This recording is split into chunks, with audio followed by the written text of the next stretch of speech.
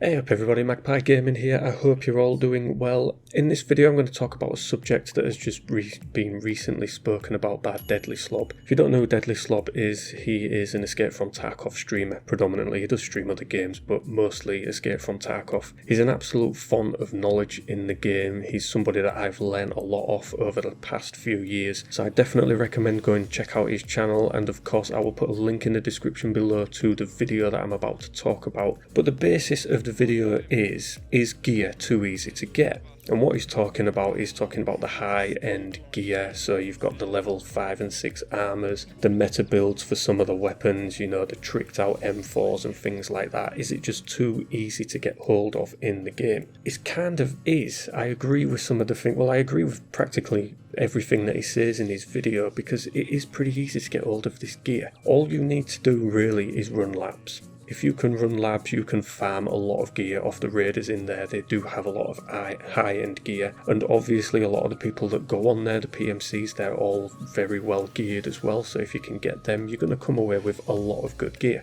There's also the scav bosses, which run pretty decent gear as well, and the raiders on the reserve map, which also run good gear. So there's plenty of places you can go to do it, but predominantly labs I think is where it's done the most. Once you reach level 10, obviously you'll reach level 10 in the game before you unlock the level for the key cards with the therapist. So you reach level 10, you've got access to the flea market, access to people selling the cards, and you can just go in and in and in. You know, you can go as many times as you want as long as you can afford the cards, farm the raiders, come out, sell some of the gear and get even better gear. So it kind of rolls from there. Once you've got the good stuff, it just kind of breeds better stuff as well. So one of the issues is, how do you slow this down? Now obviously getting to the good gear and rolling with the really good guns and the good armor and the good ammunition is great. We all love to do that in Escape from Tarkov. It's one of the fun things about the game, is getting to that point where you can do that and you're able to just go in and melt the scavs that are in front of you. Melt the majority of the players as long as they're not running similar gear. You know, you can melt most of those, and that's part of the fun of Escape from Tarkov, is building up and getting there, but you're still able to get there very, very quickly. So how do you slow that down? Now there's a couple of ideas that Deadlyslob's had. I'm going to talk about two of those which I think would make sense, one of them more than the other in my view. The one that makes less sense but is still really, really good is to basically lock labs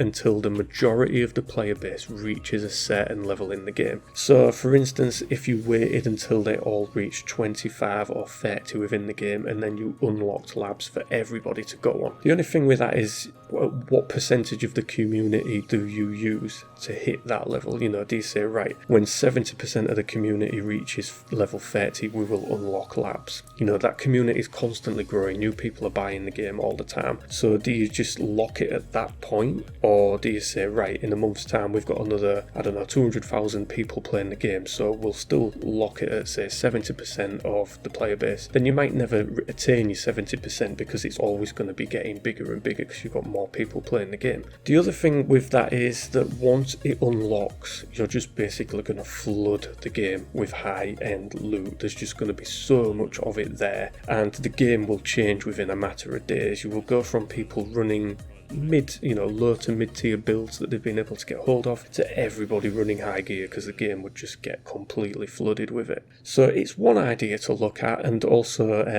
another Escape from Tarkov streamer called Clean, he has done a couple of tweets to Deadlyslob, and he also says if you're going to limit labs, then maybe you should limit the spawns of the bosses, because obviously the bosses have high-end gear as well, so you would slow down the spawn of those. That's another idea to couple into it. One that he does mention, which is something that I've spoken about with a couple of people that I game with in Escape from Tarkov, and it's one that makes the most sense to me, is that you should remove all of the mods and attachments from the traders, and all of the mods and attachments must then be found in raid. Now obviously the current spawn rates, it would take you years to actually find them all, so you would have to massively increase the amount of mods that you would find in a raid, but there's lootable locations all over, so you could easily add them in. Now what that would do in my eyes is obviously there wouldn't be so many thick boys running around, because you wouldn't be able to just level up your traders and go buy those mods and attachments for your weapon. You would have to find them in raid. But you will always get people that want to run the highest gear, and they will be willing to go to the flea market and buy those mods and attachments off you when you've found them in raid, and if you decide to sell them. So the prices of them would be very, very high, obviously, because there wouldn't be as much of it. But I think it would force most people to maybe stick to the mid-tier build out, loadouts, the mid to low,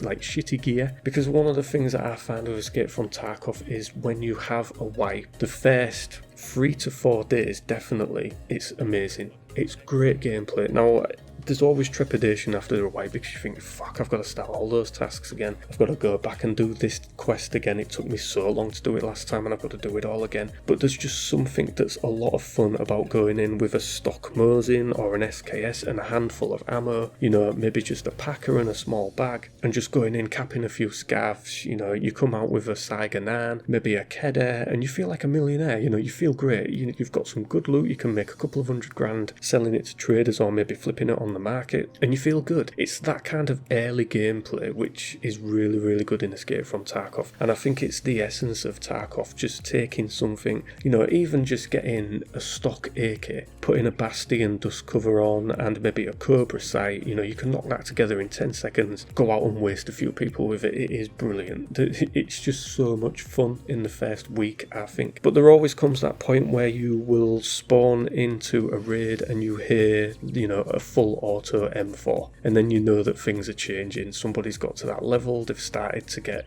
some mods and attachments for it, and that M4's coming down from 90 vertical recoil down to something like 30, and it will melt everything in its way because they've filled it with M995, and you can't combat that when you're, a lesser geared guy. You don't maybe have as much money, and there becomes this sort of disparity between the rich and the poor. But there doesn't have to be that disparity if you can work out how the progression goes in the game and work out how to get everybody on sort of the same curve of progression. The other problem with that is that not everybody wants to be on the same curve of progression. Some people love to be high, some people like to take their time, and there's no true way to work this out in Escape from Tarkov. I think that is probably one of the best ways to do it, is to remove all the mods and attachments from traders, make you find them in raid. You would get them out and you would be like, do I really need that on the weapon? I'll just sell it on the market, make some good money. It'll fund some shitty builds, but you have a lot of fun with them, and it's working out how to sort of please everybody. The thing is, when you change something in Escape from Tarkov, you inevitably really please one set of the community, but then you also really piss off another set of the community. So it's striking that balance with everybody and trying to get like a happy medium. I don't think it's really 100% achievable, but I think there are things that can change in the game that will sort of please everybody. We've sort of tentatively moved in that direction with the latest update, because I think it was either 4 or 5 mods for the M4 that can't be bought from traders. They must be found in raids, so if you want those on your weapon, you've got to find them. And I think that's the way to go. Maybe in the future, these mods that really do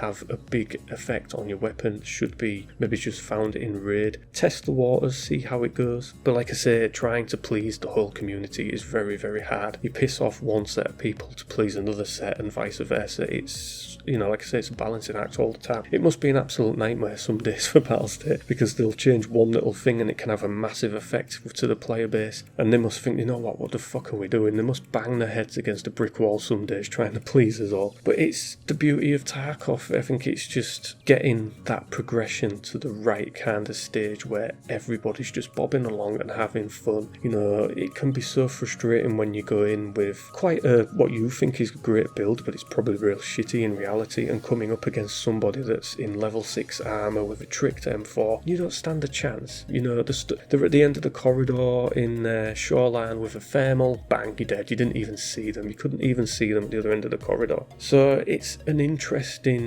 discussion to have. How do we get that progression just right in Escape from Tarkov? Is good gear easy to get? Yes, I think it is. I think it does need to be slowed down more. I used to love labs when it was unlocked. I was kind of a bit pissed off when they locked it behind a keycard, but I understand why they did it, because, good weaponry was just abundant, but it's happening again already and we're barely 2 weeks after the wipe. So it's something that Battlestate are going to have to work out as they go along. Obviously they've changed things recently, and they've massively changed things with the found in raid status for a lot of the quest items that we need. Obviously if you die in raid now, it doesn't have a found in raid status and you can only sell it to a trader, so you might just be making peanuts for certain things, whereas you could have made a fortune on the flea market with it. So there's a huge emphasis now on extracting from raids and making it out, which I think is a good thing. It kind of does push casual gamers a little bit though, because, you know, to do a raid in Escape from Tarkov, you're looking at what, anywhere from 5 minutes up to 45-50 minutes. You might spend 50 minutes roaming around, get capped to the extract and lose it all, and that's essentially 50 minutes wasted. And whilst you might get a bit of XP, you're not going to come out with all the XP that you would have had. So for casual gamers it does push them a bit, and like I say, there's a disparity between rich players and poor players in the game. There's also a disparity between the hardcore gamers and the casual gamers, and again you're trying to strike that balance between both sets of players. And you know, I don't want to stereotype everybody, but you do get hardcore players, people that play every day constantly. You know, the streamers, they do it for a living, you know, that's their job, so yeah, they would play it every day. But you do get a lot of the people that don't stream, don't do YouTube, but they game consistently on it all of the time. There's a lot of casual gamers such as myself. At the moment in lockdown I'm getting a chance to do a lot of gaming, but usually I would only play Escape from Tarkov maybe a couple of hours during the week, and a Saturday and a Sunday would be my main gaming nights, so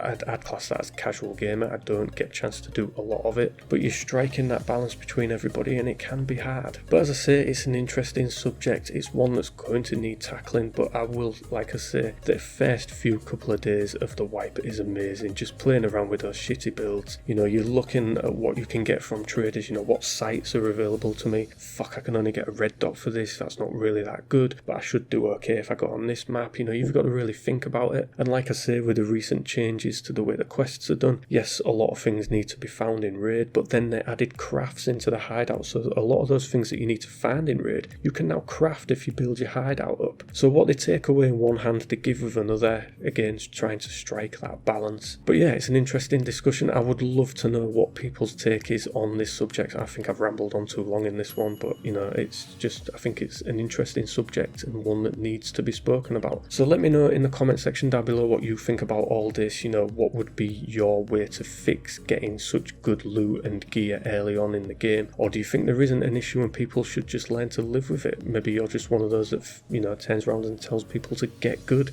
You know, let me know in the comment section down below. And as always, ladies and gentlemen, thank you very much for watching and listening. Don't forget to like, share and subscribe. Stay safe, and I will catch you in the next one. Take care.